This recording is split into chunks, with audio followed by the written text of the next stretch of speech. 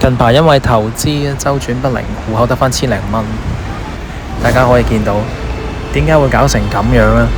就係因為呢，我近排相信咗呢個複利式，咁呢，相信依家呢個時段呢，就係將所有金錢投入去股市，然之後呢，到若干年後就會得到豐厚嘅回報。